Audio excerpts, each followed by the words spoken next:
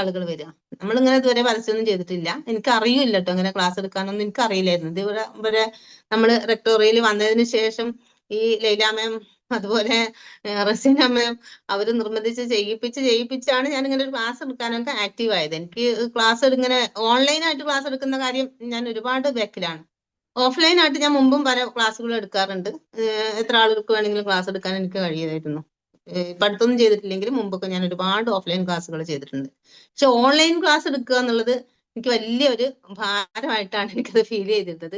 അതെന്തായാലും ഇവ റെട്ടോറിയൽ വന്നതിന് ശേഷം റസീന മേമും പിന്നെ ലൈല മേമും ഉന്തി തള്ളി തള്ളി തള്ളി എന്നെ കൊണ്ട് ക്ലാസ് എടുപ്പിക്കുന്ന രീതിയിലേക്ക് മാറി.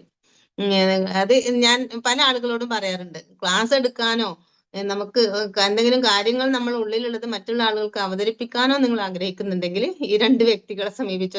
കുറെ ആളുകൾക്ക് ഞാൻ നമ്പർ കൊടുത്തിട്ടുണ്ട്. ഇനി അടുത്ത ബാച്ച് മെയ് മാസത്തെ 20-ാം തീയതി അങ്ങാട്ട് തുടങ്ങുന്നുണ്ട്. അപ്പൊ ആ ബാച്ചിലേക്ക് ഞാൻ ഒരുപാട് ആളുകൾക്ക് ഈ നമ്പർ കൊടുത്ത് നമ്മൾ പരിചയപ്പെടുത്തി കൊടുക്കാറുണ്ട്. അതുപോലെ നിങ്ങൾക്കും അതിൽ വേണമെങ്കിൽ നമുക്ക് പരിചയപ്പെടാം, നമുക്ക് ബന്ധപ്പെടാം.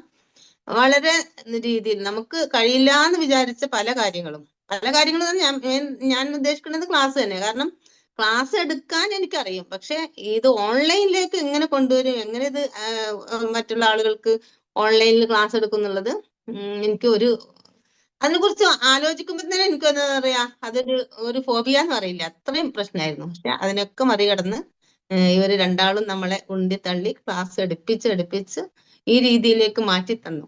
എന്തായാലും അതിന് ഒരുപാട് താങ്ക്സ് ഉണ്ട് രണ്ടാളോട്.